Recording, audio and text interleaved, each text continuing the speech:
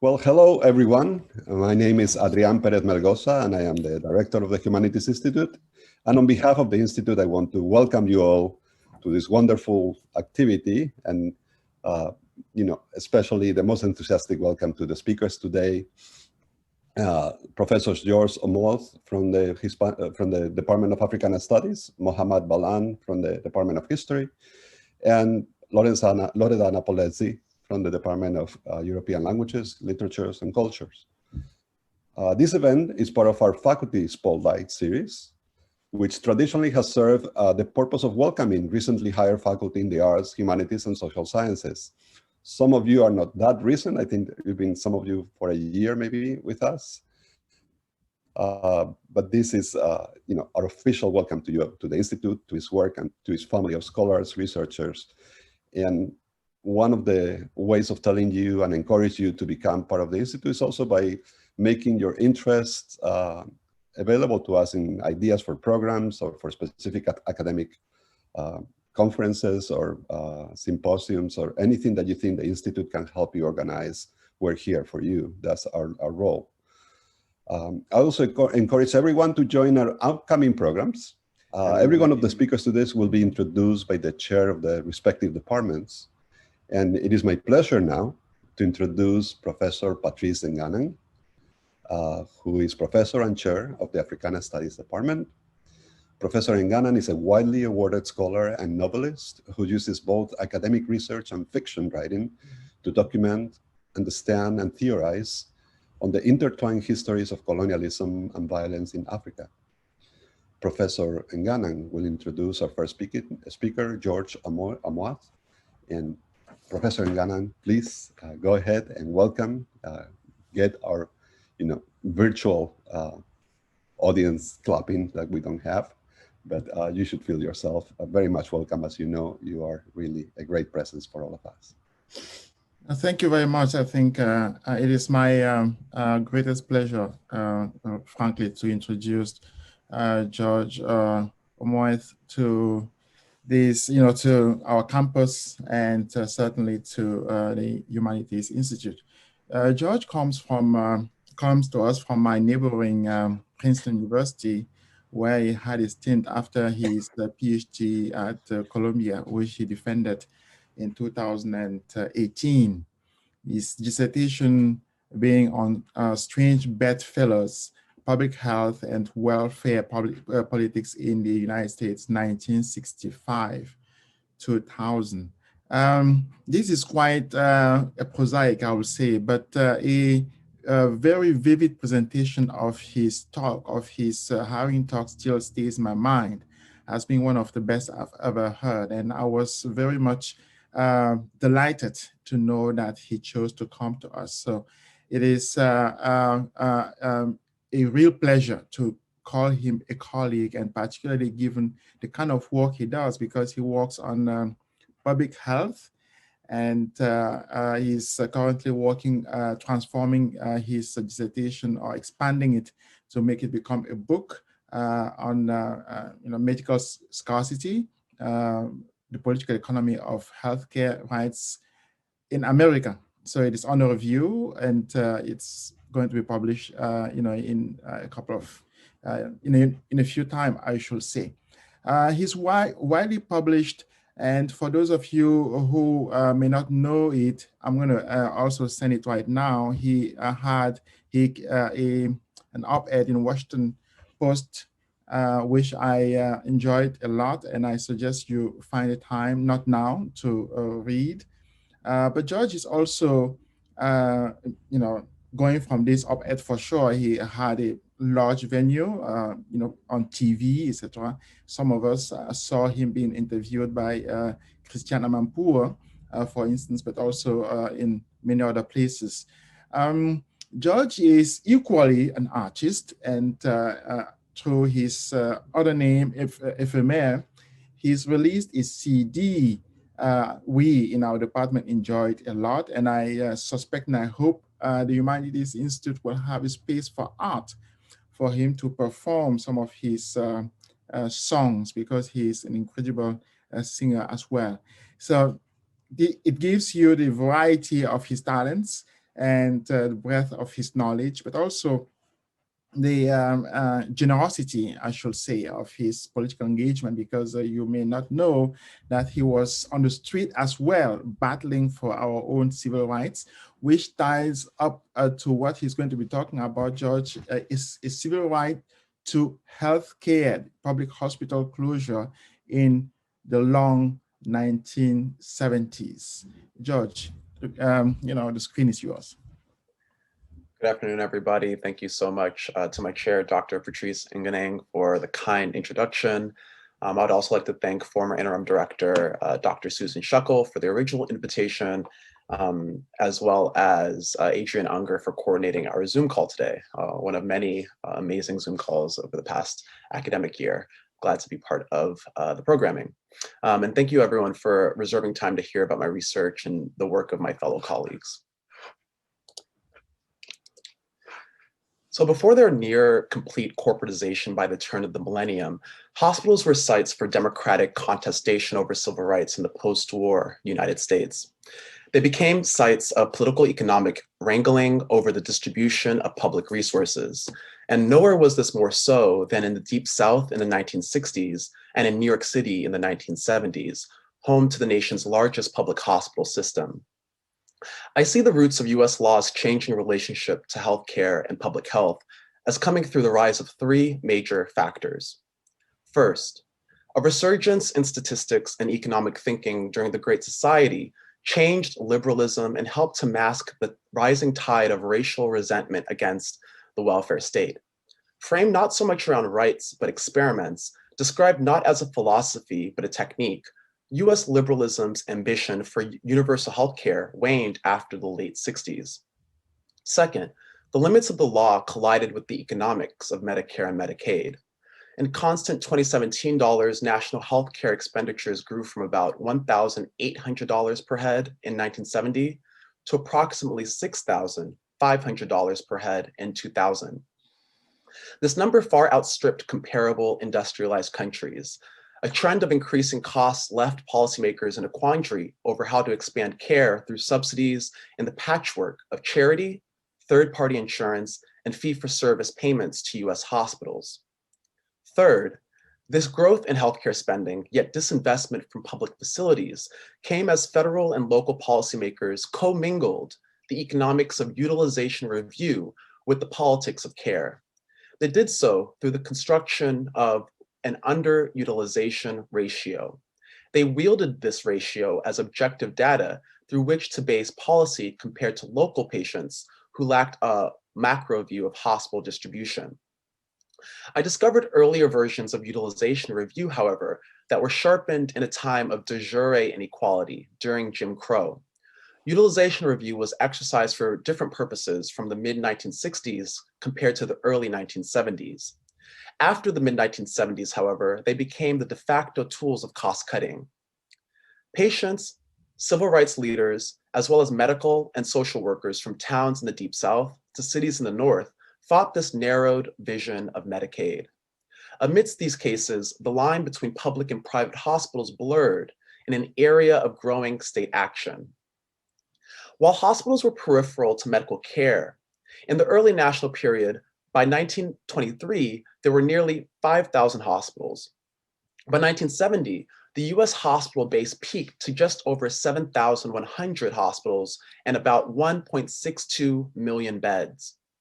By the end of the millennium, the hospital base experienced a precipitous decline back to around 5,800 facilities and fewer than 1 million beds.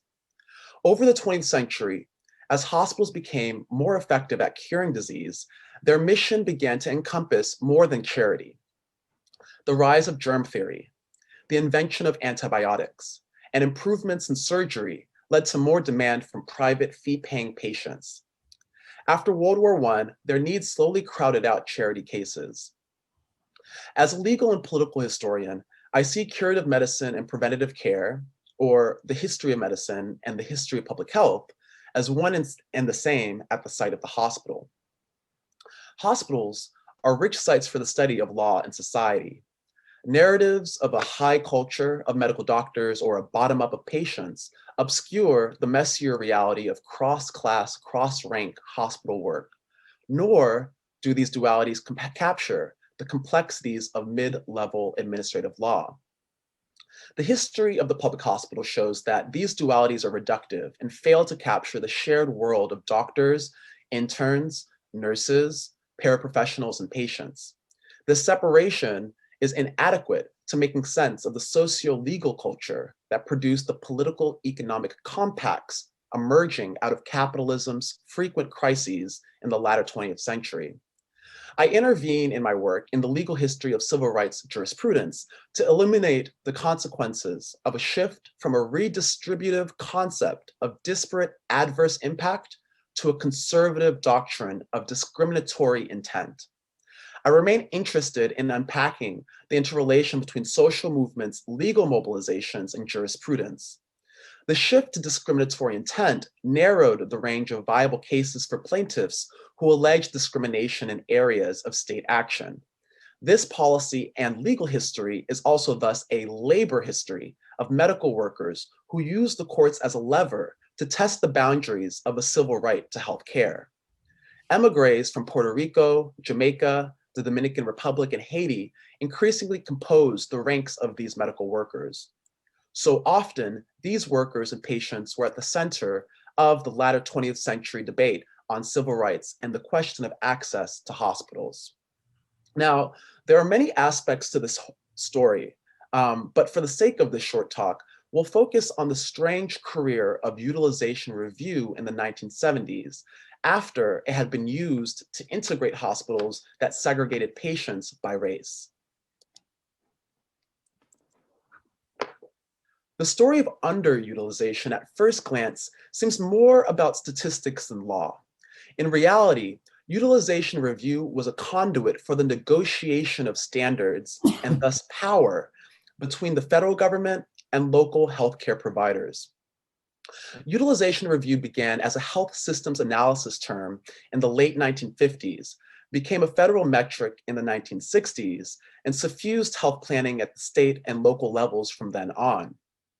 It structured health planners' measurement of efficiency as a metric for studying the need for public accommodations. In my research, I see a double-edged dynamic at play in federal and local policymakers' deployment of utilization review. The first edge was utilization review to desegregate hospitals. Coupled with the Civil Rights Act of 1964, the passage of Medicare and Medicaid in '65 challenged the balance of power between states, localities, and the federal government. The federal government deployed Medicare and Medicaid funds to compel local policy change through the power of the purse. In concert with legal aid organizations like the NAACP Legal Defense Fund, the Johnson administration's Department of Health, Education, and Welfare, or HUE, used the courts to combat segregation in public accommodations across American life. The earliest federal health planners used utilization studies to integrate segregated hospitals rather than to close them. The second edge, however, the second edge of utilization review, came when it was deployed to close hospitals in the name of efficiency gains and cost savings. That shift occurred in the 1970s when, under the pressure of inflation, policymakers worried that the nation went from having too few beds to too many. Both Republican and Democratic presidents pursued hospital cost containment. Through the underutilization ratio, health planners recommended cutbacks to the public hospital system. They reclassified or decommissioned inpatient beds. They increased their emphasis on outpatient and ambulatory care, and they chose to outright close public hospitals. The story of federal health planning's rise and the early deployment of utilization review to desegregate hospitals contextualizes the depth of change to civil rights jurisprudence in the story of hospital closure. This story enhances our understanding of federalism and the fitful expansion of healthcare within the parameters of the US welfare state. The 1960s, while by no means an idyllic age of equality in the United States, showed sincere, dare I say robust, efforts toward reaching equity, or at least chipping away at inequality in patient and physician access to hospitals. In the 1970s, however, the experience of inflation hardened the expansive aims of the war on poverty. Health planners then turned utilization review toward different ends, a search for wasteful surplus. The perpetual ineffectiveness of anti-inflation policy during the 1970s led both Republican and Democratic administrations to dress statistics as a form of politics. In reality, this politics emptied the welfare state of its positive rights and made its administration a looming question of fiscal calculation. By the end of the 1970s, the march toward hospital desegregation in the South had faded, but the campaign for hospital closure was just beginning, particularly in areas with extensive public hospitals like New York City. This story moved from the egregious example of Jim Crow to the more insidious dynamics of hospital care outside of the South. The US experienced healthcare inflation in the low single digits in the late 1950s through the 1960s. After the passage of Medicare and Medicaid in 1965 and a prolonged Vietnam War, inflation increased rapidly. Medical inflation rose faster than the average cost of goods. And as you can see in this chart, the dotted line is the Consumer Price Index, and the solid line is the Medical Care Price Index. Beginning in fiscal year 1973 to 74, the average annual inflation rate of medical care jumped from 4% to a little over 9%. In 1975, it climbed to 12%. Medical inflation maintained a sustained average rate of 9% through the 1970s. In some years, the overall inflation rate went higher. Federal officials continually blamed Medicare's and Medicaid's cost-plus basis of reimbursement for hospital inflation. If health planners in the early 1970s pursued cuts at first meekly, then they did so with gusto by the end of this decade. When a second wave of hyperinflation racked the global economy from 1977 to 1979, President Jimmy Carter proposed the first mandatory hospital cost containment bill in 1977. If Republicans Nixon and Ford began the campaign through wage and price controls, Carter marshaled the troops and articulated the most forceful policies to shrink hospitals' roles as providers of acute care. While the voluntary effort, a Chamber of Commerce-linked coalition of healthcare providers, successfully defeated both of Carter's hospital cost containment bills, the legislative effort cemented a bipartisan policy consensus at the presidential level to end the era of post-war support for hospitals. Carter's policy paved the way for Reagan's Omnibus Reconciliation Act of 1981, which cut $266 billion over 3 years and reduced block and categorical grants by an average of 20% across the board. The political economic response to fiscal concerns on healthcare changed federal health planning officials' behavior. So-called exogenous economic policy telegraphed the need to turn away from the late 1960s principles of equity expansion and to telescope in on issues of cost. The growing problem of healthcare inflation led federal policymakers to pursue ends that diverged from the desegregation fight of the 60s. They still conducted utilization review, but instead of targeting segregation, they sought to eliminate underutilization. They continued to oppose segregated hospitals, but reconsidered using Title VI of the Civil Rights Act of 1964 to sanction facilities that did not articulate prima facie racism. Now, federal and state policymakers attempted to shroud cost-cutting as a noble pursuit. New Yorkers did not allow health planners to experiment without pushback. Local opposition to hospital bed reduction and closure policies in the city bookended the 1970s. From local civil rights groups to medical unions, all of these groups fought hospital closures and bed reductions. And these are photos from the archives of the Committee of Interns and Residents, which has an amazing photographic archive of protests during this period. In the summer of 1970, the Young Lords, a grassroots Puerto Rican human rights group, seized the South Bronx's Lincoln Hospital to prevent its closure. Gaining the trust of security guards and attending physicians, they swiftly commandeered the building on July 14, 1970, establishing tuberculosis and poison detection clinics. At the end of 1979, after Mayor Edward Koch ordered it closed, Harlem residents organized sit-ins and barricaded themselves inside an hospital. Throughout the decade, local working class residents who had built long-standing relationships with doctors and public hospitals understood that passively accepting closures meant accepting fewer resources for Dominicans, Puerto Ricans, Black people, and the working poor. Medical laborers, particularly the Committee for Interns and Residents and 1199 SEIU, regularly stood in solidarity with the community. Workers from highly skilled doctors to janitorial staff struck the public and safety net private hospitals in New York City, advocating for renovations to hospital facilities and a reduction of 120-hour weekly shifts for interns. While residents opposed hospital consolidation or closures, the city also affirmed federal and state efforts to sharpen utilization review to cut costs.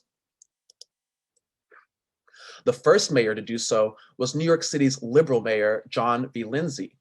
In 1973, through the recently established Quasi-Public Health and Hospitals Corporation, HHC, which remains in operation to this day, Mayor John V. Lindsay instructed the agency to achieve occupancy rates that exceeded the post-World War II average of 75%. By pushing occupancy to its upper limits, the Lindsay administration aimed to redirect space from inpatient beds to outpatient services. As such, Lindsay wanted to eliminate about 1,000 beds in 1973. This was a reversal of 25% of beds added between 1966 and 1972. While individual municipal hospital directors resisted cuts, the head office decommissioned about 900 beds in 1973. That year, the Lindsay administration continued to pursue strategies to achieve even higher utilization, with one method being the conversion of general care to mental health beds. The South Bronx's Lincoln Hunts Point Community Mental Health Center provides one example. In October 1973, the city's assistant director of the budget, Jonathan Weiner, observed falling occupancy in the municipal hospital system. He worried that a replacement for the old Lincoln Hospital would add 800 general care beds to a pre-existing surplus in the Bronx. To avoid this, the city reclassified these beds to fulfill mental health care needs. Other actions, however, were more questionable. As part of this 1973 hospital closure drive, HHC eliminated 343 beds at Kings County Hospital Center in Brooklyn, finding nearly 1/3 of the cuts throughout the entire HHC system in this one hospital. In replacement, HHC deployed a community health program called MerVan, a mobile emergency room van. Perhaps inspired by the Young Lords' direct action of mobile diagnostics and vaccination, MerVan also roved the community, conducting diagnostic testing for sickle cell anemia in the predominantly Black and West Indian neighborhood of Flatbush, Brooklyn. The program that year screened 1,200 people for sickle cell trait, tested 132 for diabetes, and 152 for venereal disease. MerVan represented New York City's shift toward outpatient services as called for by President Nixon. While policymakers likely found greater cost benefit in the screenings, the number served compared to the decline of the inpatient capacity at Kings County Hospital constituted a significant resource shift outside of the hospital. As we see through the example of public hospitals in the South Bronx and Brooklyn, HHC officials shifted specialty services to outpatient care while cutting inpatient acute care beds to boost utilization rates. As inflation continued to worsen, they discounted general hospitals and viewed them as financial burdens. As overall annual inflation surged from 6% in 1973 to 11% in 1974, the Health and Hospitals Corporation continued to cut inpatient beds. On the eve of fiscal year 1975, just before the New York City fiscal crisis, the Health and Hospitals Corporation phased out 2,000 additional beds, claiming $7 million in savings. That same year, the city closed Harlem's Francis Delafield Hospital, bringing the city from its height of 17 municipal hospitals to 16. We're coming close to the end of time, so I'm just going to get into a bit of the court cases here and to show how this social movement moved into the courtroom. And the closure campaign that began with Francis Delafield Hospital in Harlem moved on to Sydenham Hospital, which was the system's oldest and smallest hospital, and among the first to hire Black doctors in the post-war period. In 1979, Mayor Koch ordered this hospital closed. And soon after this order, local resident David E. Bryan, along with a class of poor Black and Puerto Rican residents, immediately filed for injunction. They paired their case with protests. They challenged Mayor Koch at public events. They tussled with police outside of Sydenham. They organized a concerned citizens organization to garner media interest. They even hired a Columbia University statistician to rebut the Koch administration's court findings, which postulated that nearby private facilities could and would absorb displaced patients.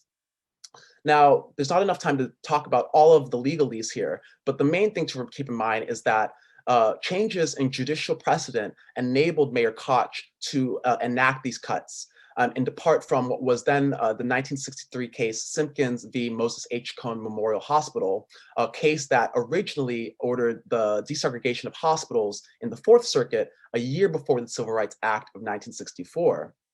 Now, another similar case, NAACP v. Wilmington Medical Center, decided a year before Bryan v. Koch, found that hospital discrimination claims would no longer be satisfied under this standard of disparate adverse impact, which simply looked at statistical discrimination, statistical evidence of discrimination. Instead, the courts increasingly demanded that plaintiffs prove that hospital administrators intended to discriminate against patients when they chose to close a hospital. So the sort of similar shift in utilization review that you see, a shift from the 60s in terms of rooting out segregation to the 70s in terms of rooting out underutilization, also paralleled a legal shift from pointing out fairly obvious instances of racially segregated hospital care toward discounting the effects of a closure decision on a predominantly Black, Puerto Rican, racialized population as needing to be proven through the intent of the policymaker. And one of the sort of telling quotes from the decision in the Bryan v. Koch case, the case about Sydenham Hospital, is that the jurist in this case wrote that Title VI is no guarantee against adversity, it protects against discrimination. So you see from the 60s to the 70s, this pretty significant shift against plaintiffs and in favor of defendants. So with discriminatory intent, so long as officials claimed closure decisions resulted from neutral underutilization studies, they could disregard its racially disproportionate effects. And these sorts of rulings signaled a technocratic and ahistorical inversion of civil rights jurisprudence and legislative intent over disproportionate effects tests.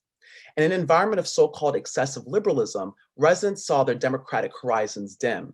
Underneath a national political economy that framed inflation as a crisis, jurisprudence placed municipal fiscal concerns above the need to rectify the uneven distribution of resources that resulted from the closure of public accommodations. And this represented a fundamental narrowing of the range of federal resources available to mitigate poverty and inequality. In a reversal of post-war policy, cities with more limited capacities were now chiefly responsible. When it closed, HHC moved Sydenham's Neighborhood Family Care Center to the last remaining public hospital in Harlem, Harlem Hospital. And the shift replaced the idea that Johnson-era demonstration projects serve as adjuncts to a robust public health care system. Now, these clinics became the remnants of a crumbling system. In reality, few private hospitals took on additional Medicaid patients as promised, which Medicaid typically paid less in reimbursements than third-party insurance or Medicare. And this political economic situation in our public healthcare system left the last remaining hospital, Harlem Hospital, overburdened with a patient population that previously served by 3 public hospitals, but now left with just 1. Now, to quickly conclude, I see that federal health planning's shift from the fight to desegregate hospitals in the 60s to the hunt for underutilized beds during the 70s, revealing a double-edged nature. The threat of withholding Medicare and Medicaid reimbursement compelled segregated hospitals to integrate or face bankruptcy from the 60s into the early 70s. But later, policymakers used that same threat to legitimate their cutbacks. These cuts, these choices, disrupted longstanding patterns of care for Black, Dominican, Puerto Rican, and working class New Yorkers. And patching gaps in care was often left to healthcare workers on the ground, such as the Committee of Interns and Residents, who established a patient care trust fund to purchase what the city refused to furnish, and often went on strikes to push for more support. Cutbacks did not merely hurt patients and residents, however, they also limited the resiliency of poor neighborhoods in New York City that later faced epidemic and recurrent disease like tuberculosis and later AIDS. As to the enduring consequences of these cutbacks, well, we continue to live with them.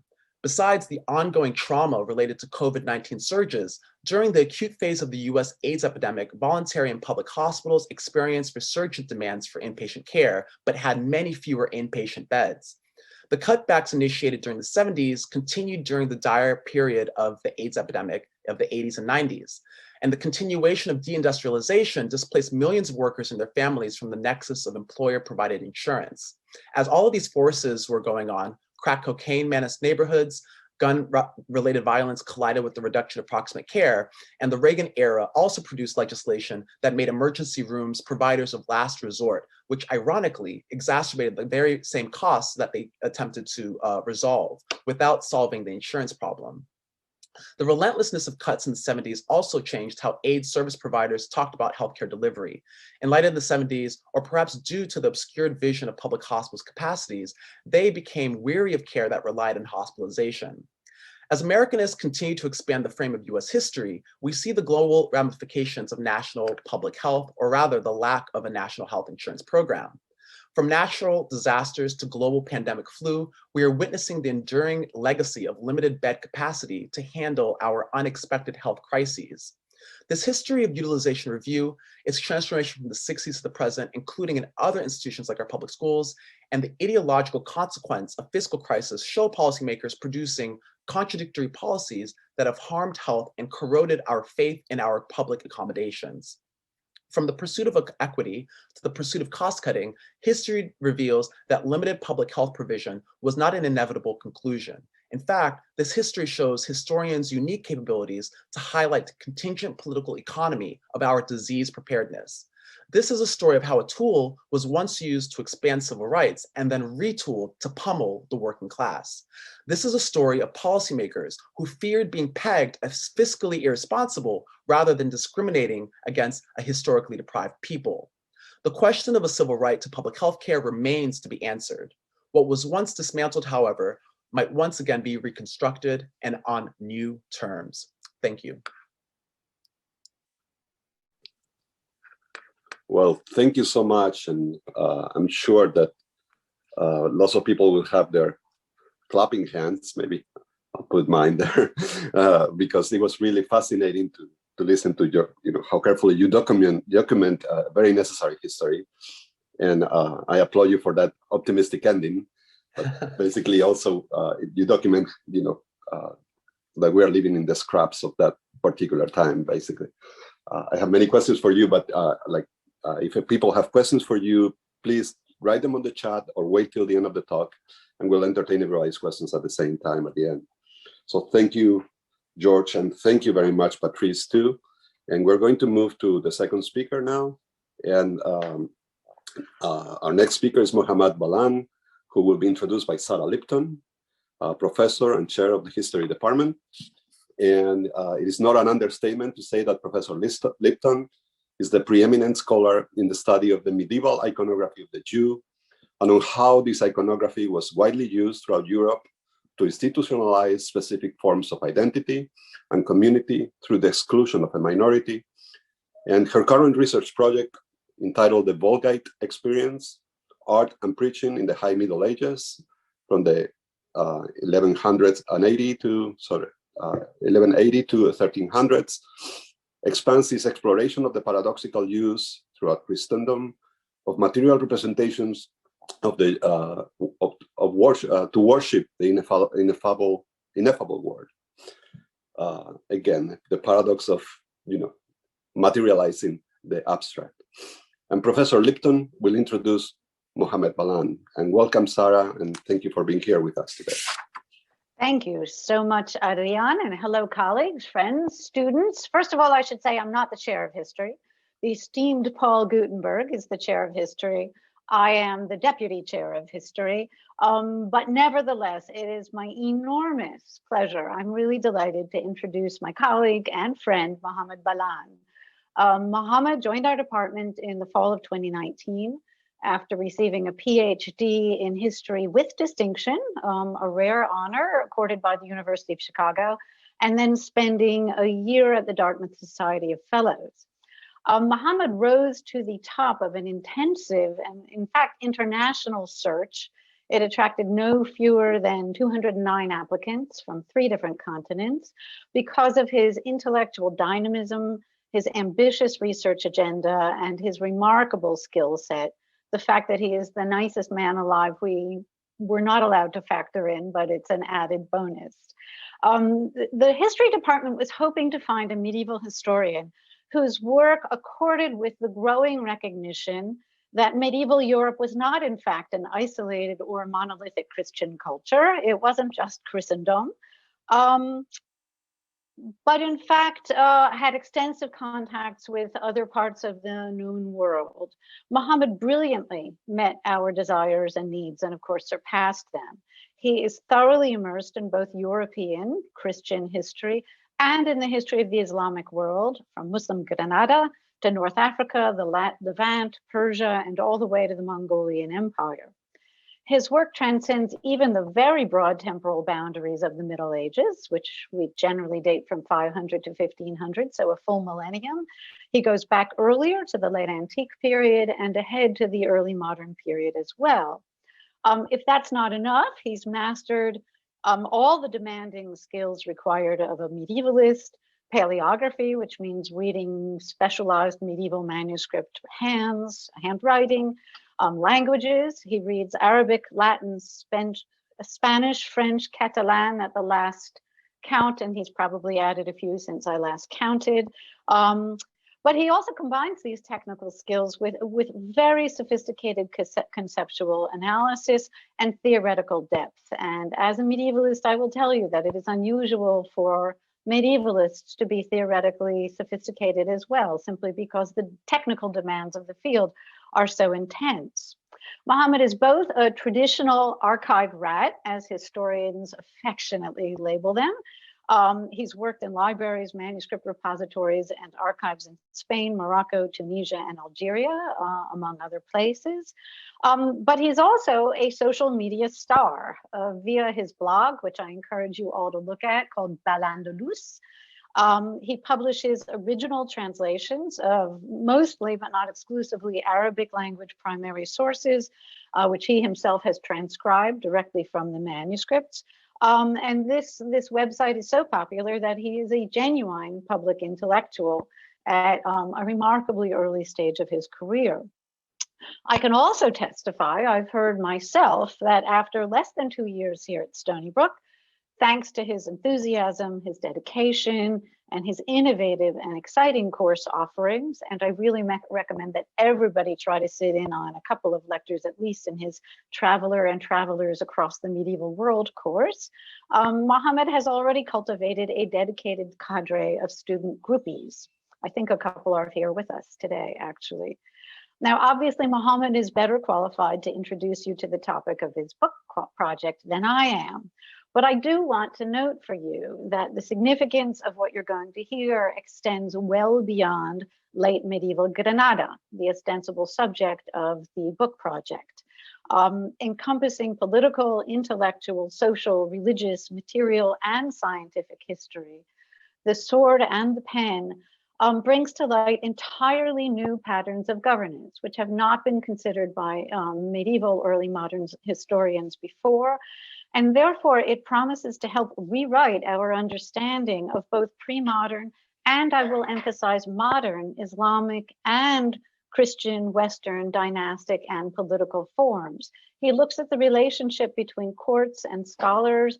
And I think those of us who have been sort of tangled in the attack on expertise by recent administration and are debating the role of scholars in joining government policy discussions today, we might all acknowledge that it's really important for us to think about the origins and the permutations of that particular alliance. So I've taken up enough time. Mohammed, you take it away. Thank you very much, Sarah, for that, Professor Lipton, for that very immensely generous introduction. I really appreciate it. I hope to live up even to a small part of that today. So I'm gonna make sure my talk isn't too technical because I can really get into the weeds of this, but I'll save that for the Q&A if anyone has any questions.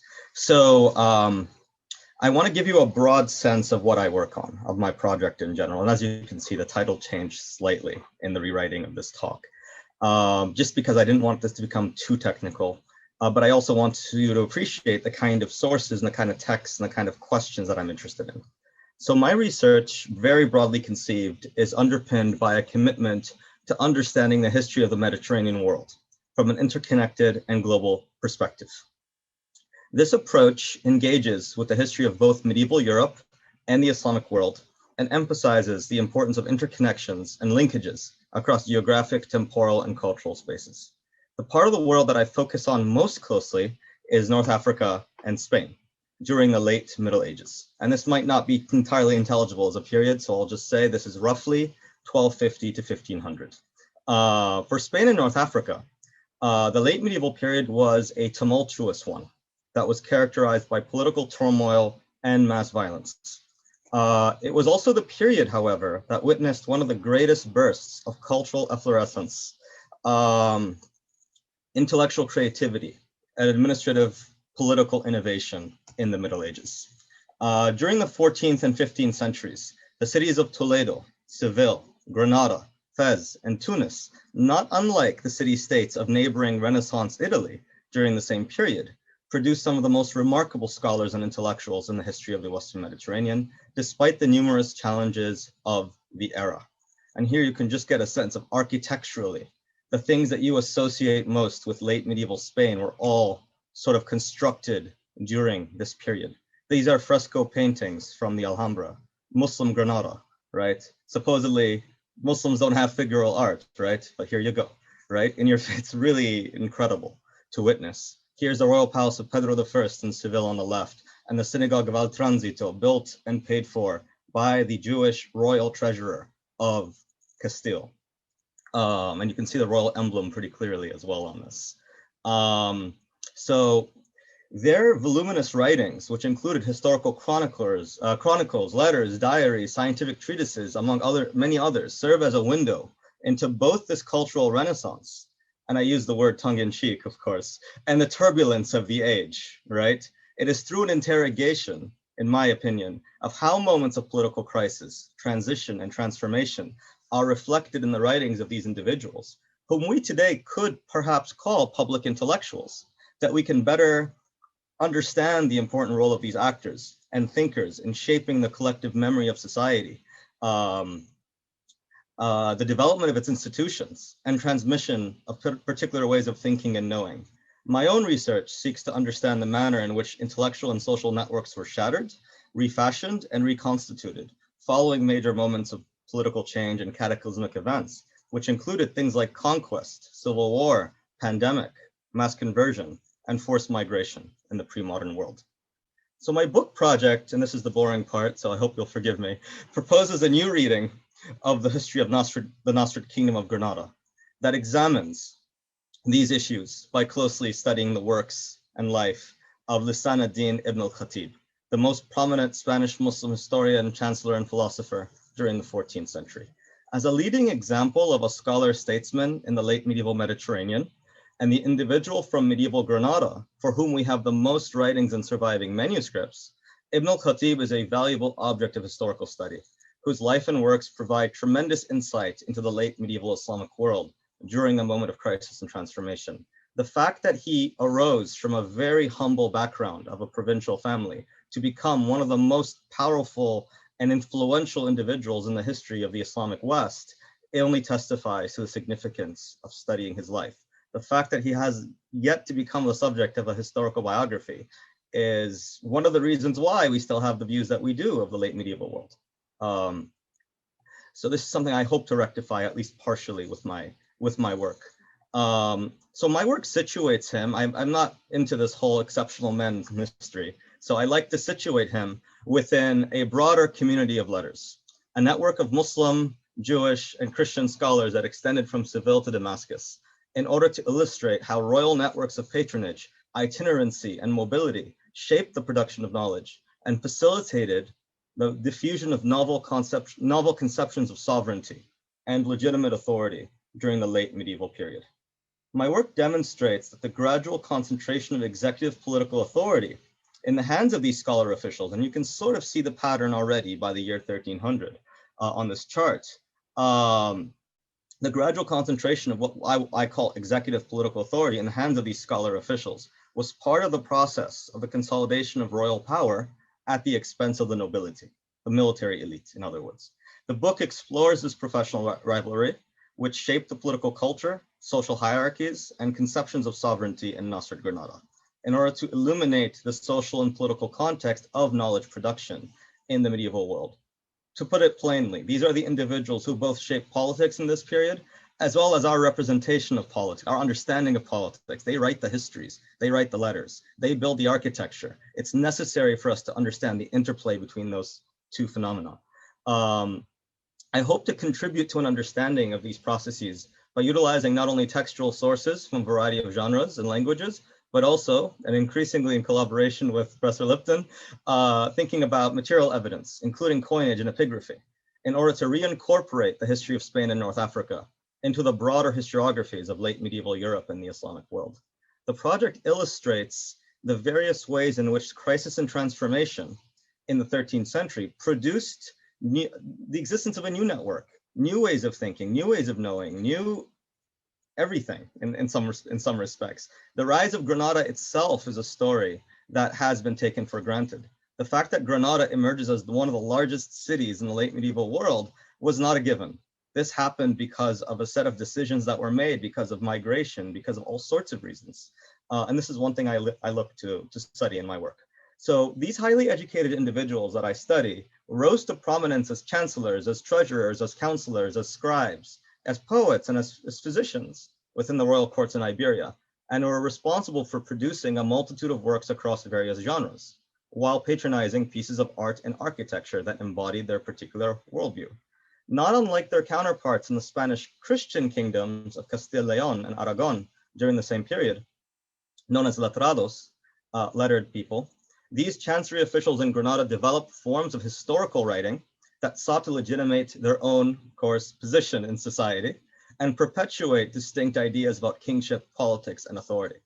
This new historiography, as I call it, sought to grapple with the immense transformations occurring in a dynamic world, characterized by the collapse of the established political order, the emergence of new institutions, and the renovation of traditional ones, which is equally important, mass migration, urban expansion, increased literacy, and of course, the devastating impact of the Black Death, which eliminated nearly 1/3 of Eurasia's population. A devastating pandemic. The emergence of this class of scholar officials, their shared experiences as leading statesmen, their cognizance of their position in society, and their close relationship to one another enabled them to play a major role in shaping both the political developments and intellectual culture of the era. Bound together through shared scholarly interests, they like to talk a lot about Aristotle and philosophy and medicine. It's not always about statecraft for them. They actually are interested in ideas. Their extensive epistolary correspondence, they even write letters of recommendation for each other to get jobs, right? And their ties of patronage and friendship, this community of letters bore remarkable resemblance to similar intellectual networks elsewhere in the medieval world, particularly Renaissance Italy in the 14th and 15th centuries. And actually, my whole theory of networks and networking is partially derived from the excellent work that's been done by Renaissance scholars of the Renaissance, I should say. during this period. And it was, for me, the dual identities and role of many of these individuals as both scholars and statesmen. And it's really in that sort of specific intervention that really I see their importance. So that dual identity shaped their writings, their statecraft, and their conception of the world in all sorts of ways. Their theorization and chronicling of politics and the nature of legitimate authority was often underpinned by their status, their very precarious status, I might add, as you can see from how many of them were assassinated and murdered as recipients of royal patronage, and their distinct experiences as statesmen, as well as their intellectual commitments. This new history of the late medieval Mediterranean, and here you can just see examples of some of their writings, beautifully preserved in many cases. This new history of the late medieval Mediterranean emphasizes the importance of Granada as a borderland polity that was simultaneously Islamic as well as European. That's my main intervention, is to really argue this, try my best to argue this using everything available to me. This is the reason why I'm so notoriously all over the place in terms of the sources I'm interested in and theories I'm interested in, because I really need to make this point. I mean, this is something that is somewhat self-evident, but at the same time completely ignored by scholars of both the Islamic world and of medieval Europe. So the Nasrid kingdom and its scholar officials, and of course it has explosive ideological connotations. This is one of the reasons why no one wants to touch this. And its scholar officials were fully integrated within the broader Islamic world, but also actively participated in the larger political and institutional developments taking place across Europe. So this allowed them, the Nasrids, and when I say Nasrids, I don't mean the dynasty, I mean the general population of this space called Nasrid Granada, to serve as important conduits for the exchange and transmission of ideas, of people, and of institutions between Africa and Europe in the late Middle Ages. By bringing the histories of Islamic Spain and North Africa into close conversation with developments taking place across late medieval and early modern Eurasia and Africa, my book is envisioned as contributing to the growing body of scholarship about the global Middle Ages, is what we're calling it at this stage, which emphasizes an expansive view of the medieval world as an interconnected and culturally diverse space. Of course, this phrase is contested, global Middle Ages, for all sorts of reasons, but that's the whole point. It's to generate those conversations. We're trying to kind of cut across the regional and the temporal divides that have, for too long, impeded real conversations among scholars of the pre-modern world. So Nasrid Granada, I argue, was in many ways an Islamic city-state in a dynamic Mediterranean world, characterized by mobility, hybridity, and exchange during the late Middle Ages. My work uses Nasrid Granada as a lens through which to view these developments across the late medieval world. And it's just a few of these developments that I'd like to spend the remainder of my time today highlighting. I don't want to go on for too long, but I'd like to sort of give you a more concrete sense of what are the changes that I'm talking about. Because this is all nice and good to hear all these big sort of nice narratives that I'm giving you, but you probably want to hear, what are these developments that I'm talking about? What are the transformations that are happening? So let me begin by saying, the late medieval world was a very dynamic place, very increasingly interconnected through trade routes, through pilgrimage networks, through intellectual networks. It was a place that was undergoing all sorts of political transformations, whether we're talking about Ming China, or we're talking about what's happening in South Asia on the cusp of the rise of the Mughal Empire in the 15th and the 16th centuries, whether we're talking about the late Byzantine period, late Eastern Roman Empire, which is equally dynamic to Nasrid Granada, also hasn't really received its due, and we have one of the most eminent Byzantinists in the room with us today. The rise of the Ottoman Empire, right? The slow emergence of what we can call England and France, right? And whatever's going on in the Holy Roman Empire in the same period. This is all a very important sort of moment. I don't even want to get started on the history of Mali and Songhai in West Africa, which is like imperial history in its most interesting. And Michael Gomez at NYU has produced a masterful monograph on this recently. So this is a really dynamic moment in world history. And it's on the cusp of what has historically been called the Age of Discovery. But that Age of Discovery needs to be sort of understood as a global Age of Discovery. And discovery in the broadest sense of the word, not just someone sailing across the Atlantic to find an island. It's a more complicated story than that. And it is a collaborative human endeavor in some respects. It's not simply the product of one Genoese sailor with one compass. There's a lot more going on here. So one of the things that really draws me to the history of Eurasia in this period is the similar institutions and ideas and transformations that I've witnessed, that I've seen. Obviously, I'm limited by language in a lot of respects, but thankfully we live in an interconnected modern scholarly world too. And the kinds of questions I found myself interested in and engaged in, I've also found my colleagues who work on China and India and the Mongols and Northwestern Europe interested in as well. They're saying, actually, I also see that in my sources. I also see this in our texts. And these are the kind of questions that we've been thinking about. So it's really important. And over the years, over the last year and a half, 2 years, sitting in the presence of established teachers here, I've been teaching travel. And this really got me thinking. One of Ibn al-Khatib's closest friends, in fact, his neighbor, when he moved to North Africa for a bit, was Ibn Battuta. This Ibn Battuta was an important figure. You guys may have heard his name. He traveled from basically Morocco to China in this period, crossing the entire expanse of the Islamic world and beyond. And his last stop was Granada.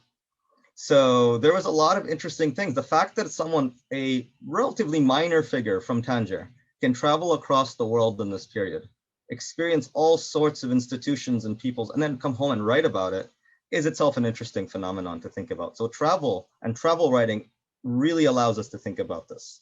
And it's notable that Europe in his narrative is marginal. He engages in the provincialization of Europe in the 14th century. For him, the highlight of his trip was both his visit to China and his visit to Mali in West Africa, because he goes to Mali. And he's one of our greatest sources for Mali in this period. So Ibn Battuta is a great example. And it's just something that we can really kind of start thinking more about now because of the availability of translations and sources and the fact that we do have a globalized scholarly community. That's part of the story. We can do global history more effectively in an age of globalization or post-globalization, I should say. So the question that I want to put really is, what can we learn about the late medieval and early modern world when we approach it through the lens of Iberian history in particular, right? Because there's so many ways I could approach global history. Why Iberia? Rather than through the more normative histories of medieval Europe, meaning Northwestern Europe, or the Islamic world, meaning traditionally conceived as the Middle East, right? Why Iberia and why Muslim Iberia? So my answer is, I think, the framework of, and this is just some example of the trade routes that you could see. My understanding is that the framework of Islamic Spain and Spanish Islam, which covers nearly a millennium of history, from 711 to 1609, is highly useful because it covers the most dynamic periods of pre-modern Islamic history and provides us with what I like to call a view from the edge, right? On the various trends, developments, and transformations that characterize Islamic history from late antiquity to early modernity. We're essentially going from the rise of Islam as a religion around the 7th and 8th centuries to the beginnings of colonialism. Here we have a historical society that allows us to chart those transformations as experienced from one part of that Islamic world, just to be clear. And the history of Al-Andalus, as it was called, Islamic Spain and Portugal was referred to as Al-Andalus, was interwoven into the broader social, political, intellectual history of the Islamic world. Crucially, it also served as a bridge between Europe and Africa, the Islamic world and Christendom, the Mediterranean and the Atlantic. So it actually allows us to reintegrate Islamic history into world history. So Nasr Granada serves in many ways as this case study for me, for thinking about all things global and global questions. And just to give you a quick sense, I'm just going to run through just a quick thing of why is Granada important. So it lies at the center of important trade routes that connected Europe with West Africa. It connected Spain with Egypt and Syria. It was a thriving metropolis. It had a population around 1400 of about 80,000 people. That was pretty big for the high Middle Ages, right? I mean, it's not the biggest city in the world, but it's pretty big and it's pretty substantial. The kingdom itself had a population of about 200,000. So it's a very densely populated area. It allows us to think about this urban expansion that really defines the transition from the late medieval to the early modern. For my purposes, social mobility as a question and its connection to education is also a question that is happening across Eurasia. Granada acquires its first university in 1349, its first college, so to speak. which allows us to understand the rise of new elites, the role of education within that process. More, of course, because I'm working on kingship, notions of kingship, emerging notions of kingship.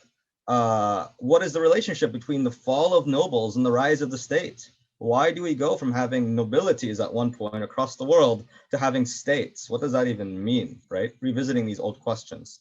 I mean, the Nasrid kingdom at one point looked like this, right? I mean, this is the reality of politics in Granada. This is the dynastic chart of the Nasrid kings. They're not exactly known for their immense supreme power here, right? Yet the theorists, these individuals that I study, want to give us an idea of supreme authority that these people supposedly wielded, when in fact, most of them died at the edge of a knife wielded by their cousins and nobles, right? So this is something quite important for me. And of course, and then this is again, part of the consolidation of power, the construction of palaces and chanceries within them. Kingship is a fundamental question, and it converges with the history of empire, which is a very early modern question in some ways, but we can't talk about the early modern without the medieval. This is really what I always tell my students and what I try to tell my colleagues. The fundamental importance of noble and royal women. Nasrid society cannot be studied without the importance of noble and royal women, right? This is truly significant. And when I say Nasrid society, I don't just mean the Muslim side of it. I also mean Castile, Aragon, Portugal. These are places where women shaped the politics of this place. It's not a coincidence that it's Queen Isabella that conquers Granada and makes it her capital, right? I mean, she would have walked around the halls of the Alhambra where these images are, probably staring at them and thinking about them. This is quite significant. And of course, borderland dynamics, for me, is a very important question to consider.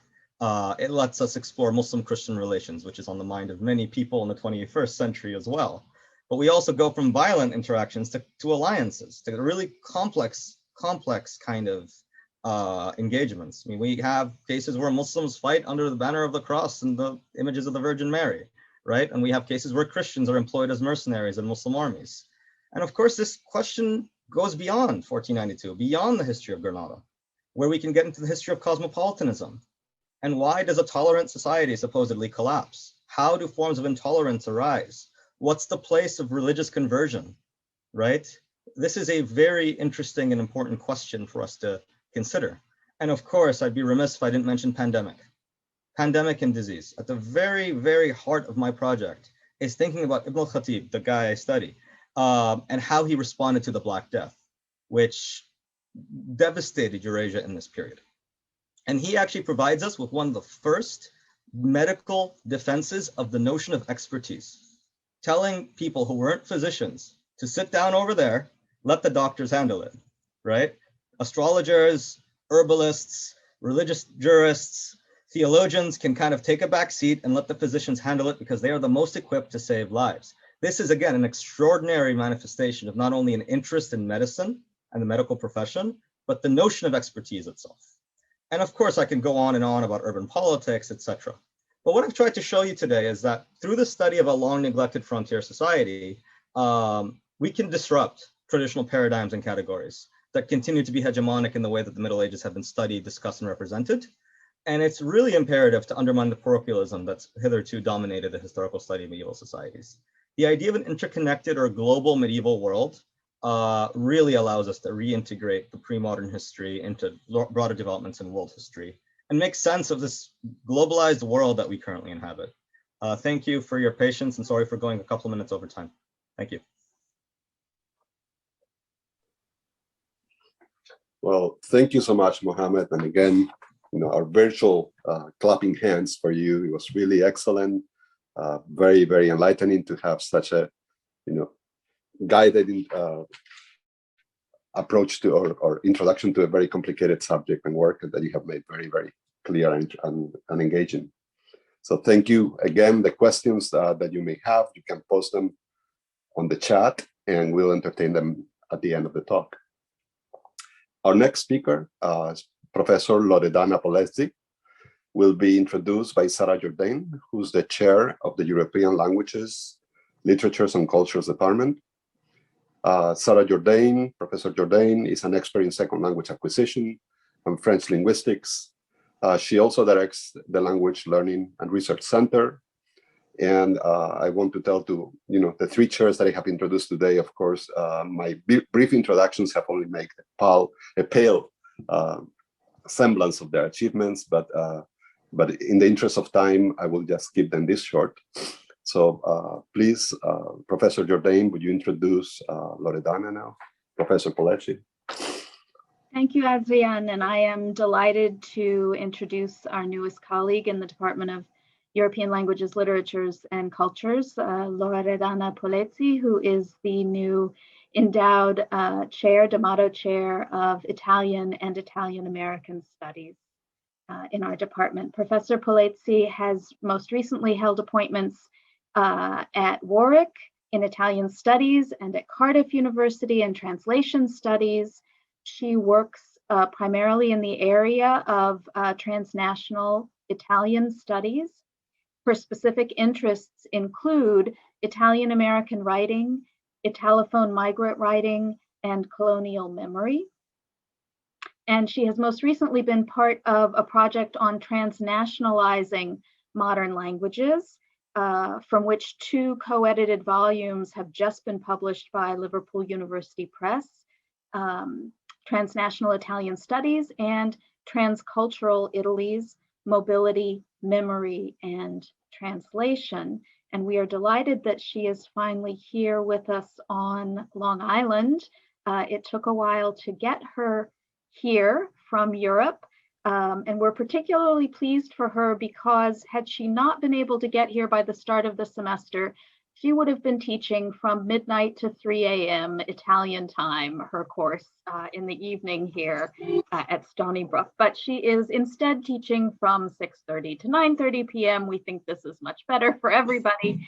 We are delighted she's here. We're delighted she's giving this talk today. Her talk is on thinking transnationally, language, memory, and translation. Loredana. Thank you, Sarah. And I want to also thank Adrian and Adrienne for making this possible and for the invitation. And yes, I much prefer, I don't mind teaching in the evening, but I much prefer not the small hours. Now, let me just share my screen and talk to you a little bit about my research. I will try to be quick because I'm afraid I'm actually teaching at 2:40, so I will have to leave this meeting quite sharply when we get towards 2:30. But I want to give you a sense. I keep saying that my being at Stony Brook, my finally being here physically, but my being at Stony Brook as a D'Amato chair is part of a trajectory. So I want to give you a sense of where I've come from and what it is that I do. At the same time, it's so tempting because all I want to do is just to respond to George and Mohammed also on so many of the things that I find that we share. At the heart, I think, of what I do, there's this connection between well, this critical mobility studies and critical translation studies. And in both of those areas, the question, for instance, of utilitarianism and instrumentality that was so prominent in what George was talking about is so fundamental. Again, so many times we hear of exclusionary practices based on the idea that languages are costly, that languages and translation are expensive, and no space is more multilingual than a hospital, of course. And with Mohammed, you know, I'm sure we will be talking. I mean, for me, Granada is translation in that period, and that's what I think about. And Ibn Battuta is again a very familiar figure. But at the same time, I was teaching just on Monday those students from 6 till 9 in the evening, and I was mentioning Francesco de Sanctis. We were talking about Francesco de Sanctis' history of the Italian literature, which establishes the post-unification literary canon. The first chapter is on another of those translation places. It's on Sicily. And what he says at the end of that chapter is, but Italy wasn't Italian enough. It was too Oriental. And so the baton passed to Tuscany. As a Tuscan, I find that absolutely fascinating. So that already gives you, in a sense, in a nutshell, what I am interested in, all of those things. But let me tell you a little bit. So there is a trajectory. I have been interested over the years in transnational and diasporic Italian cultures. I have worked in travel writing, in colonial and post-colonial writing, translingual writing, migration. And as Sarah mentioned, for the past few years, I've been involved in a project which has been actually multiple projects and which has also taught me a lot about what I keep calling research as conversation, collaborative work. That project, Transnationalizing Modern Languages, looked at Italian diasporic cultures. It looked at identity, mobility, and translation in modern Italian culture. And it took us literally all over the world. And from that, a result of that was a much broader than Italian-focused enterprise, which has led to this series of books that Sarah mentioned, Transnational Modern Languages. And for me, that is a fundamental achievement, but also for us as a group, it was a fundamental achievement, because what we were trying to do is work with this tension, which again, Mohammed sort of so clearly represented for us. This constant tension between looking at cultures as self-contained in a sense, and so what I have come to call, and many call, the methodological nationalism of language disciplines, for instance, which attach us to this idea of the nation as the container, and also this equivalence or this double, triple sort of line that keeps together language, culture, and ethnicity, nationality, religion, all of these categories. And on the other hand, there's a need to recognize that cultures, our daily practices are always constructed beyond and across borders. They're always constructed through that interconnectedness that both of my colleagues have been talking about. So for us, trying to work with this idea of how do we talk about French and Francophone studies, but without that nationalistic framework? How do we talk about Italian studies that way, or Lusophone studies, and so on?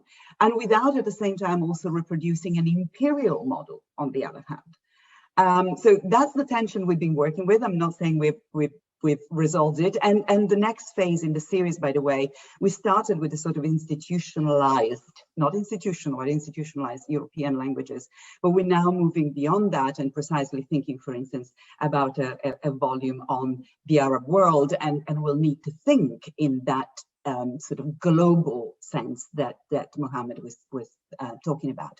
But that project, importantly, and for a variety of reasons, also took us to work in Africa, in sub-Saharan Africa, in Namibia in the first instance, and then in Zambia, because again of the centrality that we were giving in our work methodologically to notions of translation and multilingualism. And there we worked very closely with health communication specialists in particular on this need to sensitize health professionals to the multilingual, multicultural environment in which they work.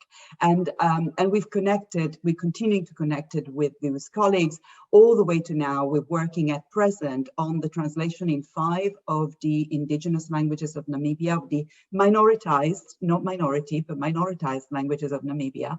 The translation of My Hero Is You, which is a resource designed specifically for children in the COVID pandemic, to make them available to schools and to families in those contexts.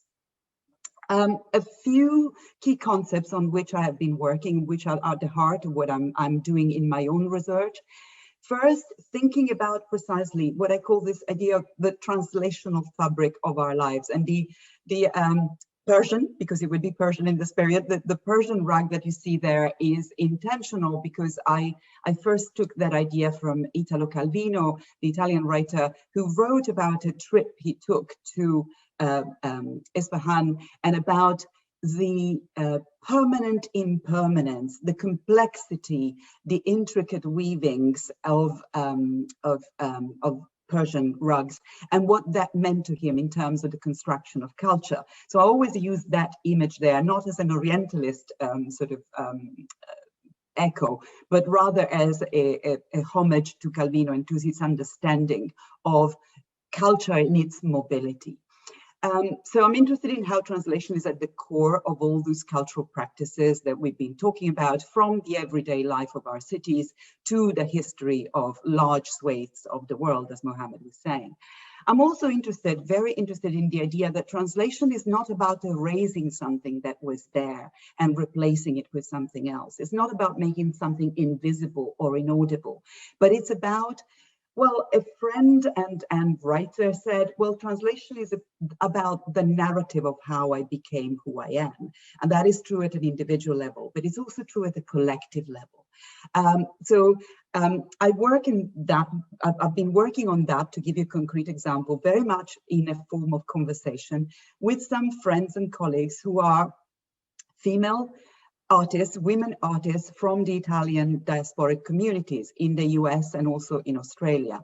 And the way in which they've been thinking about the fabric of memory and how literally the labor of communities, the labor of men and the labor of women intricately tells that story. One of them is Bi Amore, and you're seeing here one of my favorite pieces from her work, where on a cloth which was embroidered by her grandmother, her great-grandmother, the first migrant in her family to the US, she has put the iron that women would have been using in places like, you know, the Triangle Fire shirt factory to do their labor, to perform their labor, but also the pickaxes, which are perhaps more associated with the work of men, of migrant men, construction, and so on. She had a phenomenal exhibition, which I know Mary Jo Bona, who's here today, actually saw in person. I never got to see that, at Ellis Island, in the spaces that were used to process migrants who came to the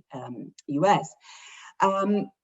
But one of the things that I'm particularly interested in B's work is that she goes beyond ethnicity and beyond ethnic boundaries. So her work is not just about the Italian-American experience, for instance. She works on that, but she also works very intentionally across linguistic divides and across experiences of migration.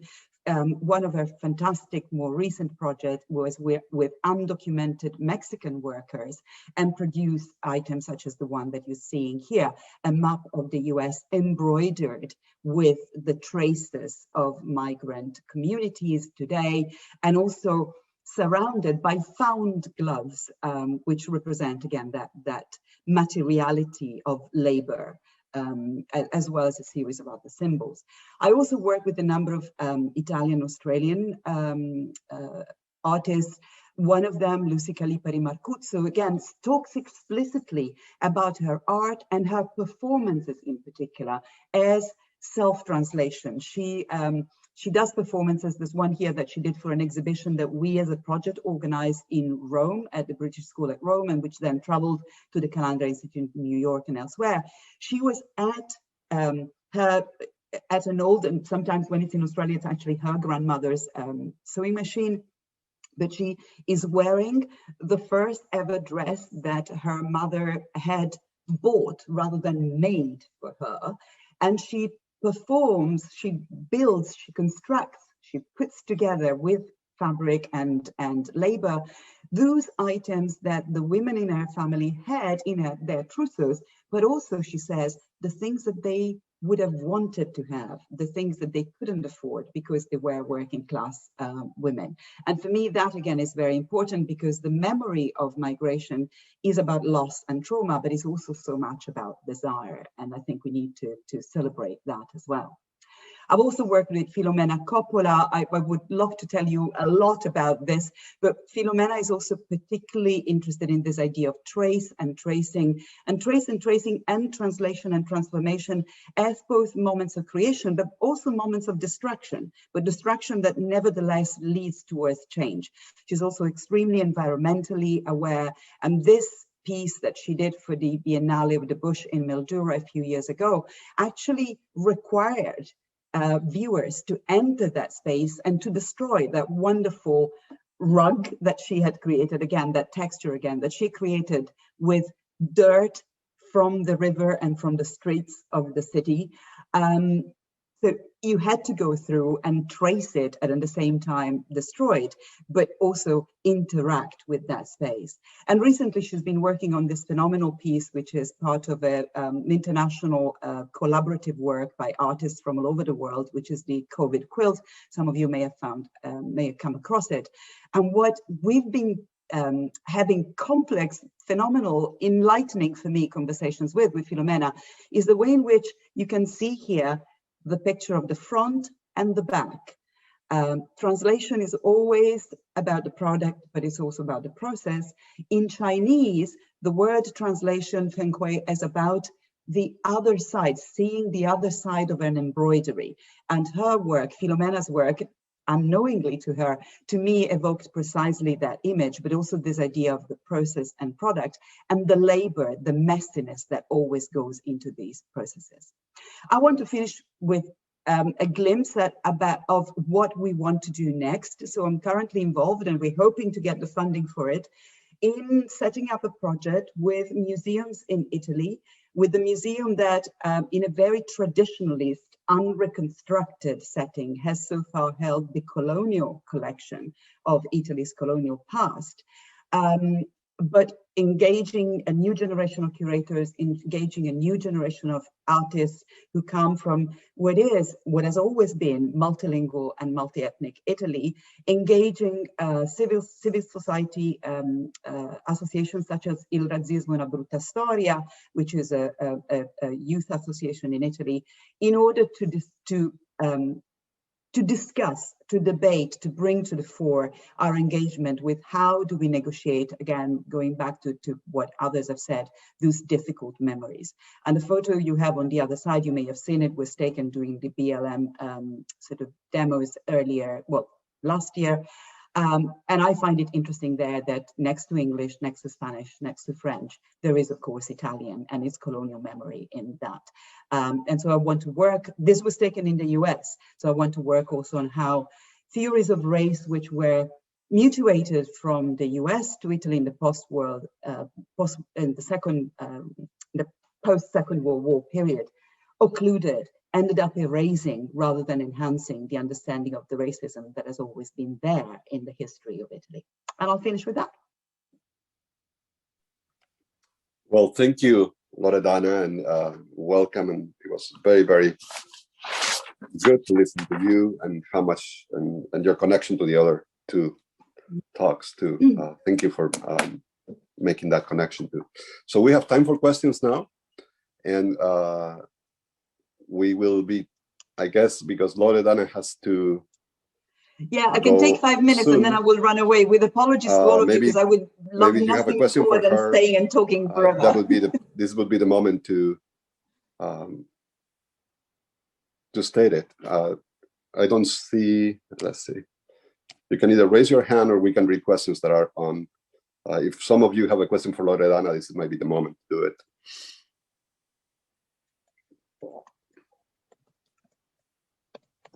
I don't know if I see everyone, so that's way too many people. Okay. Hi, I've let everybody unmute themselves if they have a question. Thank you, Adrian.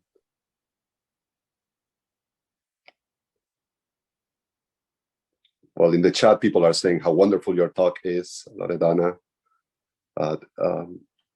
While people think their questions, let me just go to the first question that we have for George. And it's a question from Allegra de Laurentis. And I wonder if you want to state it yourself, Allegra? Are you still there? Okay, well, the question was basically saying, you have make the very good case for this shift from adverse disparate impact to discriminatory intent. But is this part of a larger trend towards the privatization of healthcare in the US, both of service providers and pharmaceutical delivery? Yes, an excellent question. A question that comes up commonly in my work that, I focus on the public hospital system, the municipal hospital system, but it's always good to keep in mind that this is a relatively smaller part of the larger, private U.S. healthcare delivery system. That said, I don't sort of analyze the transformations in the public hospital base as purely through the lens of privatization.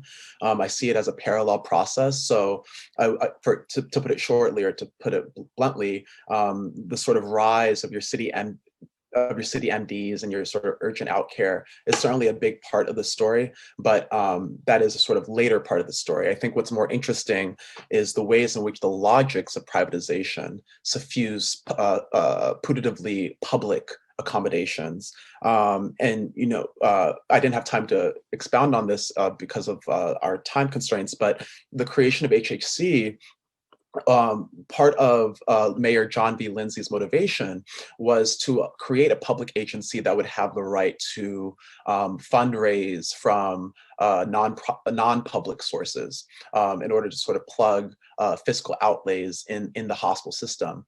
The agency that preceded HHC was an agency called the Department of Hospitals. And this agency had much looser administrative control over the budgets of the various city hospitals. It was a sort of relic of an older system of public hospital care that was focused more on charity. And so this is why I focus in the talk on sort of the increasing usefulness of the hospital for the middle class. It mattered, for example, that hospitals were one of the few sites that could host technology such as an X-ray, and increasingly more advanced technologies such as CAT scanners and PET scanners. And when these high technologies, these heavily capitalized, resource-intensive technologies were located in the hospital, and were also offering diagnostic and curative properties that hospitals had never before been able to offer, the hospital became an increasingly more attractive space for the middle class and upper middle class to seek their care.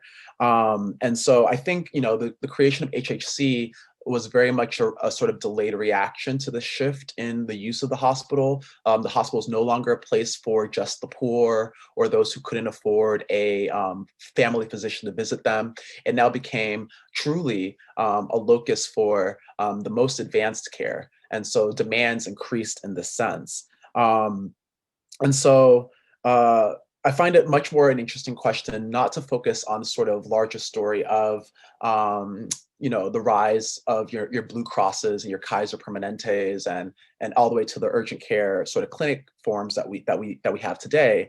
And I find it much more interesting to kind of trace this transformation of a logic, of an ideology of efficiency, and how that suffused all of our public planning. The last point I'll make is that privatization oftentimes flattens our analysis in the sense that we're constantly searching for just the for-profit form. But I think a big part of privatization is the ways in which academic medical centers have been used as ways to shore up shortfalls in the system. And I think one of the more egregious examples is what happened in New Orleans with the closure of Charity Hospital, which was one of the first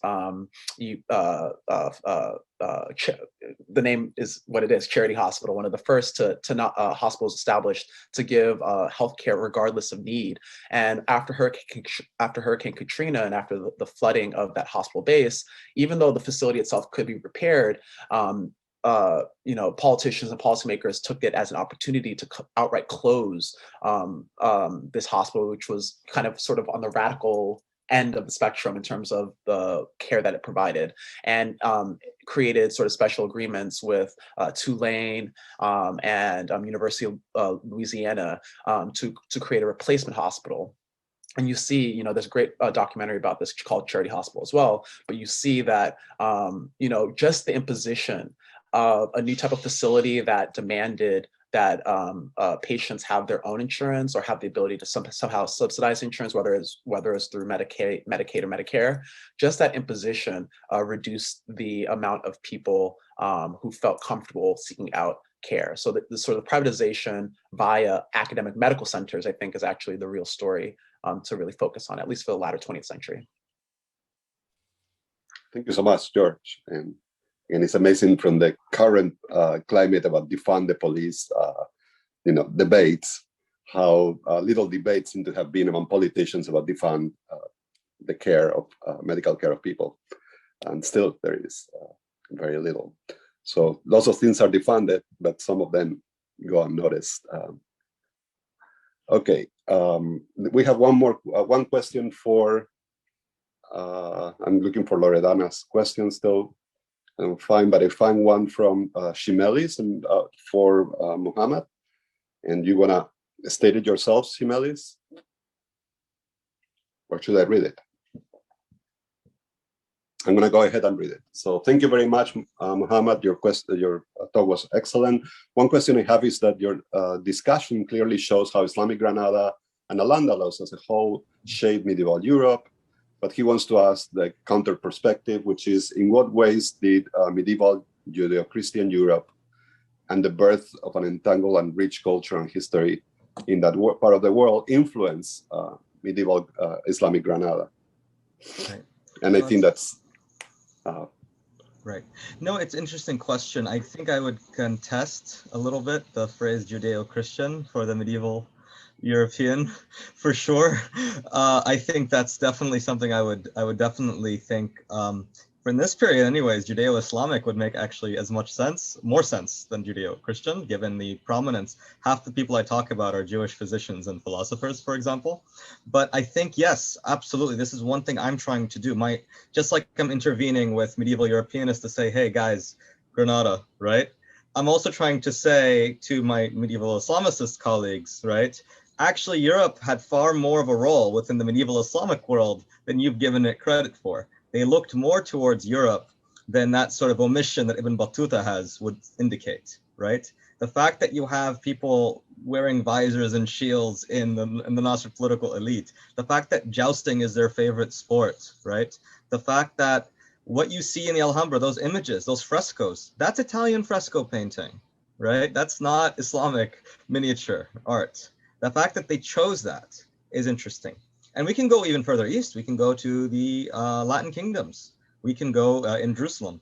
We can go to Iran in the same period in the 14th century, where representations of sort of European-like figures are very prominent. And beyond the artistic, European histories themselves. The interest in the history of medieval Europe and late ancient sort of European history, Roman history, is also something that's phenomenal. So yes, we need to absolutely trace that as well. Because again, this is all part of the same, the way they would see it is that they're both heirs to the same sort of traditions of antiquity. And that doesn't just mean Greek and Roman, that means Iranian traditions as well, right? So it's really important to keep this in mind. I mean, this is a world that they recognize in some ways the debts, that they built on for far more than we recognize that. They were very open to recognizing the hybridity of their societies and their cultures, sometimes more so than we, because we are the ones who really constructed these walls in some ways between these societies. And I hesitate to say the word civilizations because that's also fraught. I mean, but yeah, Granada was part of the 100 Years' War, for example. The fact that Granada was one of the sites of the 100 Years' War is also something that I always like to bring up. Politics is a good entry point. Political history, of course, can be done really boringly and badly, right? And we've seen all that. Many historians are like, sometimes we're trained by those types of people, but they're also the kinds of people that introduced us to those sources. So I can't hate on my teachers too much sometimes, but I think political history has this interesting component to it that allows us to talk about interconnectivity. So that's where Europe comes into play for me as well. Sorry, long-winded response to a simple question, but there you go. Hope that addresses it, Shimelis. Yeah, yes, thank you. Thanks. Well, thank you so much, Mohammed. I have actually, in my mind, I've been thinking, you've been talking about borderline dynamics, Mohammed. Right. And in many ways, that's what we have right now, going berserk here or been having for a while in the southern border of the US, yeah. But it's been taught as migration rather than as borderline dynamics. Right. So the migration is really an effort to differentiate that.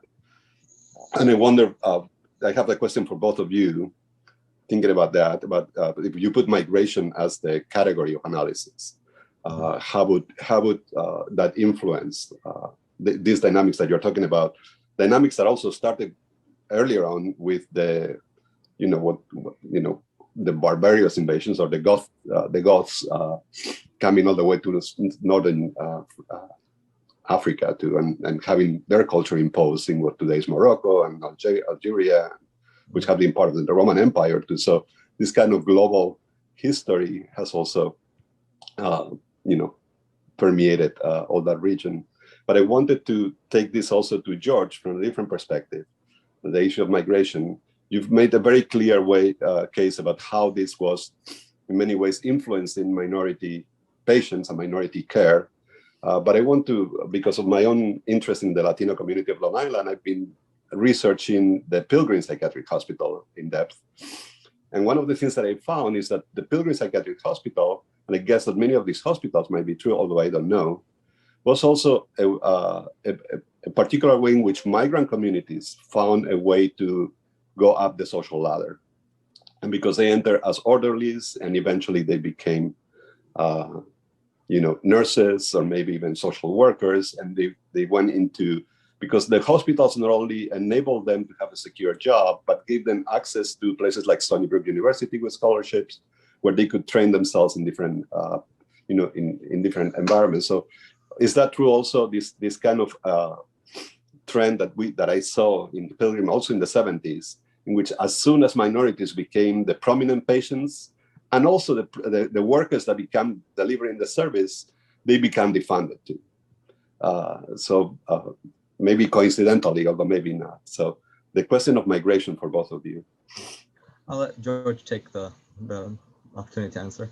Sure, happy to provide a quick enough answer, because I am also interested in that aspect of your work, Mohammed. So with migration, this is kind of a big empirical question I have for future work, mainly around the work of migrant workers from the Caribbean. And it's going to be one of the main projects for the Global Health and Health Inequality Mapping Lab, which is in development. But to your point, Adrian, I think, the key part of the historiography here that we need to kind of integrate is this notion of paraprofessionals, right? With the Great Society, you start to see enormous infusions of block grants directly from the federal government to localities, under the notion that achieving maximum feasible participation could be better achieved by paying people essentially to serve as adjuncts to professionals. And so this is a sort of literature that's very developed in the history of education. My colleague Nick Djerovich at University of Massachusetts, Boston has written extensively about this. Over 1 million working class people were hired as paraprofessionals in schools to serve as TAs and teaching assistants. But you see a similar dynamic in the hospital space as well. One empirical question I have is, if you're on the subway in the city, you oftentimes see ads for physician assistants. And I would argue that, that the PA system that's very much been privatized today, part of for-profit education today, had its roots in a lot of these block grant systems that allowed these institutions to hire people who were unskilled, or people who did not have credentials. I think another part of this is, when you think about the sort of changes to migration in the United States in the 60s, many people from West Africa, from even the Caribbean, are coming to the United States with medical degrees that are not recognized, right? And so in this period of anxiety that the United States would have a labor shortage, there was this sort of tension between the AMA and sort of accredited medicine in the United States, not wanting to recognize these physicians because they didn't know the quality of sort of medical education that they received, but also wanting to exploit sort of in a way showing sort of hypocrisy, wanting to exploit the latent skills of this migrant population. So there's a lot happening here when it comes to bringing the history of immigration, particularly immigration from parts of the world that don't dominate our narratives of immigration in the early 20th century, in conversation with changes to the medical labor health force. And one last quick note is, I think this kind of focus can provide novel insights. For example, people don't recognize that today, Filipino American nurses constituted almost 50% of mortality of nurses in the COVID pandemic. And so people, when they hear the stat, they're like, the Philippines, why specifically? But it's because so often migratory flows move into very specific labor segments, right? So it's not a surprise to see that, in a sense, because Filipino nurses who moved into, for example, becoming RNs would be overrepresented in sort of mortality stats. But you'd also see a similar thing with CNAs or lower ranked nurses. You know, many of these nurses are coming from places like Haiti, Jamaica, the Caribbean. These lower rung entrants into nursing care represented the earliest opportunities that they had to join hospital work and healthcare work. So there's a very complicated story here, but the short answer is yes, migration matters very, very much. Absolutely. Yeah, I would also add for my story, I cannot dispense with migration. Migration is the central reason why Granada is even a city. I mean, it used to be a village. It's a city because everyone there comes from somewhere else, right? And part of the story of migration, of course, is also the construction of indigeneity and difference, right? And Granadans, just like their neighbors in Castile, are doing exactly that in the 14th and 15th centuries. There's a construction of what we can call something approaching race, something approaching ethnicity, that talks about we are the original inhabitants and you're the newcomers, right? The demarcation of boundaries, not just physical boundaries, but other kinds of boundaries, and boundary making is a big part of the story. But free migration is a central theme. I mean, it's not just the migration. I mean, the whole story of Spain in the Middle Ages can be constructed as one of migration, of course, and not just physical migration, right? But migration from one religion to another, migration from one status to another, right? Migration in so many ways of texts and of ideas. And of course, I mean, it's a very fascinating, for me, one of the sections of my book will probably be subtitled Migration. So it's such a big deal for me because, again, the fact that these people are able to ascend socially is because they were able to kind of reinvent themselves in these new settings, access new institutions of learning, and knowledge and plays a big role in this. But migration is big. So it's a big kind of question. I really appreciate you bringing this up, Adrian, because it's, as you know, for especially anyone studying Iberian history or Atlantic history, this is a central question. So I'm indebted to that kind of scholarship as well, including the history of the American Southwest, where borderland histories, and Professor Flores left, but she's a colleague of mine in the history department who's redefining that kind of field, you know, as we speak. So probably that's why she had to go. So thank you. There's one more question for you, Mohammed, that might be related to this one too, from Kathleen Wilson. And if she's there, maybe she wants to state it herself. Sure. Hey, that was fantastic. Thanks, Kathleen. You're muted, to quote the 2020 most famous phrase.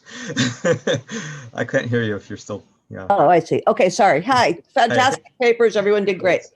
I'm very proud that you're all my new colleagues. My question is about your implication. Now, I know I'm being picky, that somehow your period, it's an innocent age where people are travelers. And in my period in the 18th century, they're colonialists. Right. What's the difference? Are they leaving the world untouched? Are they not trying out to rape and pillage and take what they can? Oh, absolutely not. Okay. Well, that's my question. I have to run in a minute to go and teach exactly that question. I'm teaching Gerald of Wales today. So very good. Okay. Very much not an innocent endeavor. None of this is I mean, power is part of everything. I'm defending my period. I suspected that you were saying that it's somehow more innocent. And I just think that's, if we're really going to redo the history of globalization, it's absolutely crucial we give that up. We cannot, and actually, especially one of the chapters I'm writing is actually on ethnography and the writing of ethnographic texts in my period, as a way of, as I mentioned earlier, demarcating boundaries and borders, right? And of reinforcing particular conceptions of belonging, right? Not an innocent endeavor by any means. And someone like Ibn Battuta, I mean, the way he writes about the peoples that he visited, including Mali, is very, very reminiscent of some of these early modern travelers, right? Like this is I'm trying to actually break down that barrier between the medieval and early modern through the lens of these kind of writings, because I think it's fruitful. It's a fruitful endeavor. You're onto it, babe. You got it. We got a lot to talk about. We have a lot to talk about. So thank you for that question. Thank you so much. Thank you. I do have to run, but I want to thank you all for this. I just have to go teach. So yeah, and this might be a good moment for actually ending the event. I think it's been really, really 3 enlightening talks. Thank you very much, everyone. Our virtual claps to all of you. And really, like you were saying, there is lots of things to talk, and this is just the conversation starting. And I hope that our colleagues take this opportunity to contact you with their questions and to start conversations that might lead to bigger projects. It's been really, really very good for me to listen to the 3 of you. And I can think of us talking for a long, long time.